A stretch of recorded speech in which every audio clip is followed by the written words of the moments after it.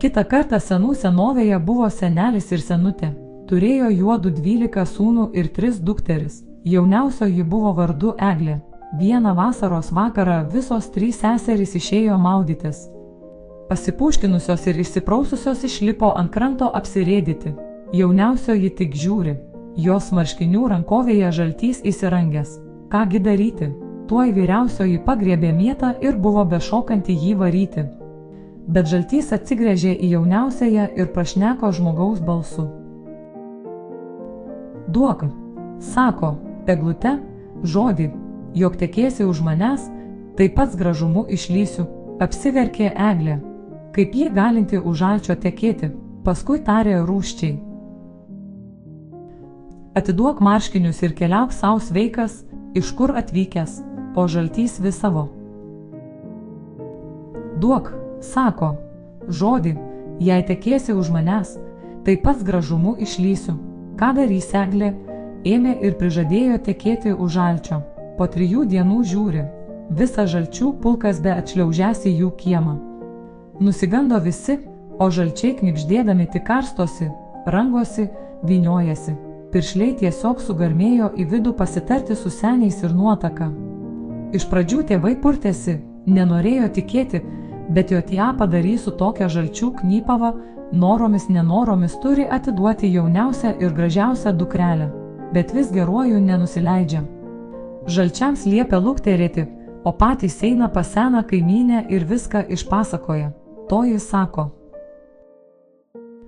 Lengva prigauti žaltį, vietoj dukters duokite jam žąsį ir paleiskite pasiuntinius. Taip ir padarė. Parėdė baltą žąsį ir piršliai su jie iškeliavo. Netrukus išgirdo beržė gegutę kukuojant. Kuku, kuku, kuku, kuku. Prigavo jūs. Vietoj marčios davė jums baltą žąsį. Kuku, kuku. Žalčiai grįžta, pikti išmeta žąsį ir reikalauja marčios. Tėvai, senosios kaimynės patarti, parėdo jiems baltą avį. Pakelėje gegutė vėl jiems kukuoja. Kuku, kuku, kuku, kuku. Prigavo jūs. Vietoj marčios davė jums baltą avį. Kuku, kuku. Grįžta žalčiai šnibždami ir vėl reikalauja marčios. Dabar davė jiems baltą karvę. Bet, gegutės perspėti, vėl grįžta dar labiau įtūžę, gąsdindami sausmečiu, tvanu, badu užduotojo žodžio negerbimą. Namiškiai Eglę apverkė, apraudojo ir atidavė žalčiams. Vedasi žalčiai Eglę, o gegutė pakelėje kukuoja. Važiuokite, skubėkite, vedys laukia martelės. Pagaliau Eglė su visais palydovais priėjo pajūrį. Ten ji sutiko gražų jaunikaitį jos belaukiantį. Šis pasisakė esąs tas. Pats žaltys, lindėjęs jos marškinių rankovėje. Tuojau persikėlė visi į netolimą salą, o iš ten nusileido į požemį, po jūrą, kur buvo puikiai išpuošti žalčio rūmai. Čia jie iškėlė vestuves 3 savaitės gėrė, šoko, ūžė. Žalčio rūmuose buvo visa ko pilna ir Eglė aprimo, palinksmėjo, pagaliau ir visai pamiršo savo tėviškę. Praėjo 9 metai. Eglė jau susilaukė 3 sūnų – ąžuolo, uosio ir beržo ir 1 dukrelės. Drebulės, ji buvo jauniausia. Vieną kartą vyriausias sūnus besiausdamas paklausė Eglės. Mamyte, kur gyvena tavo tėvai? Eime jų kada nors aplankyti. Tada ji atsiminė savo tėvus, brolius, seseris ir visą giminę. Ir parūpo jai, kaip jiems tenai sekasi. Ar besveiki, ar begyvi, ar seniai jau rasit numirę. Ir taip jai maudžia eiti ir eiti pasižiūrėti savo tėviškės. Jau tiek metų nebuvusi, nemačiusi savųjų, baisiai išsiilgusi jų. Žaltys nenori neklausyti. Gerai, sako, atlankyti leisiu, bet pirma suverk šitą šilkų kuodelį.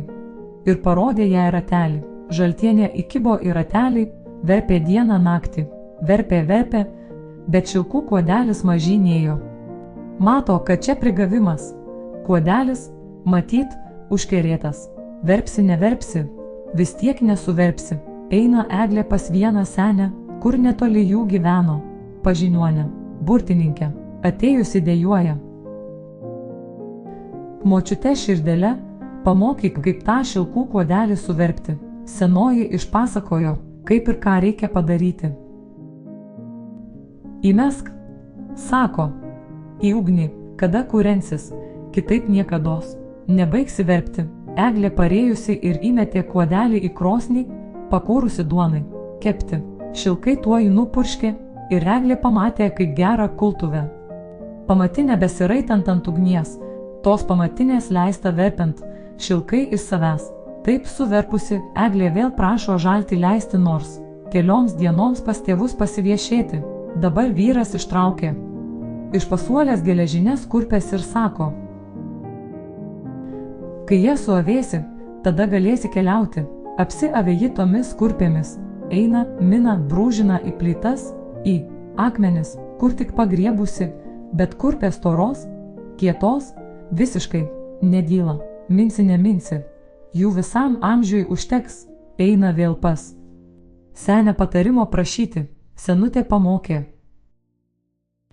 Nuneš kurpės kalviui ir paprašyk, kad jis pagrūzdintų ją žaizdre. Ji taip ir padarė. Kurpės gerai padegė ir Eglė per 3 dienas jas nuplėšė. Nuplėšusi vėl prašo vyrą, kad leistų jai tėvus aplankyti. Gerai, sako žaltys, bet eidama turi pasikepti bent kiškio pyrago lauktuvėms, kągi duosi brolių ir giminių vaikams, o pats liepė paslėpti visus indus, kad Eglė negalėtų pasikepti ragaišio. Eglė mąsto, galvoja, kaip čia atsinešti vandens, be kibiro ir užmaišyti ragaišį be indo, ir vėl kiūtina pas senę. Senutė sako: ištepliok raugų rėtį, pasisemk tuo rėčiu vandens ir užmaišyk jame ragaišį. Zaltienė taip ir padarė. Užmaišė, iškepė ir turėjo jau ragaišį. Dabar ji atsisveikino su vyru ir išėjo, vaikais vedina į tėviškę. Žilvinas palydėjo, perkėlė per marias ir įsakė, kad viešėtų tėviškėje nedaugiau kaip 9 dienas ir vėl grįžtų. Kai grįši, sako, tai eik vienas su vaikais ir, atėjusi ant jūros kranto, taip šauk mane. Žilvinė, žilvinėli, jei tu gyvas. Pieno puta, jei negyvas.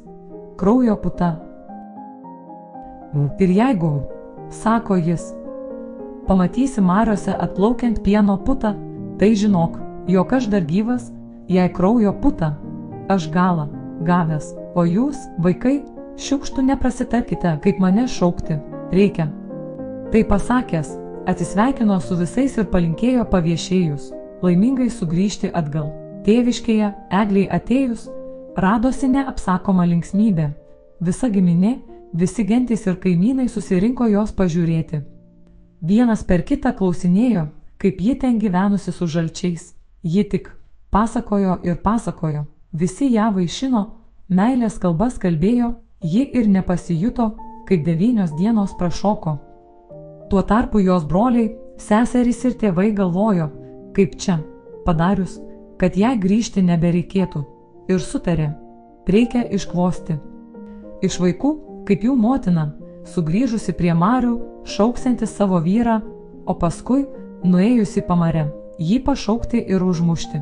Taip nutarę, pirmiausia išsivadino jie vyriausiąjį Eglės sūnų Ąžuolą į girią.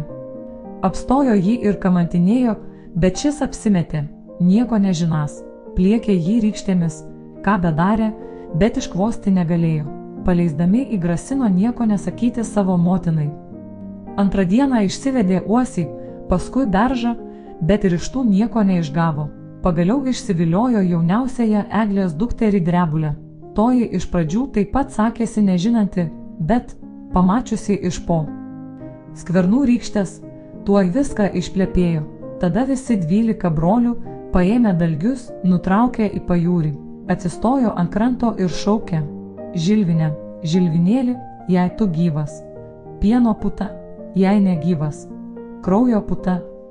Kai tik tas atplaukė, tuoj visi vyrai supuolė ir užkapojo jį. Paskui, sugrįžę namo, nieko neprasitarė Eglei, ką padarė. Praėjo ir 9 dienos. Eglė atsisveikino su visais, nuėjo į pajūrį ir šaukė Žilviną.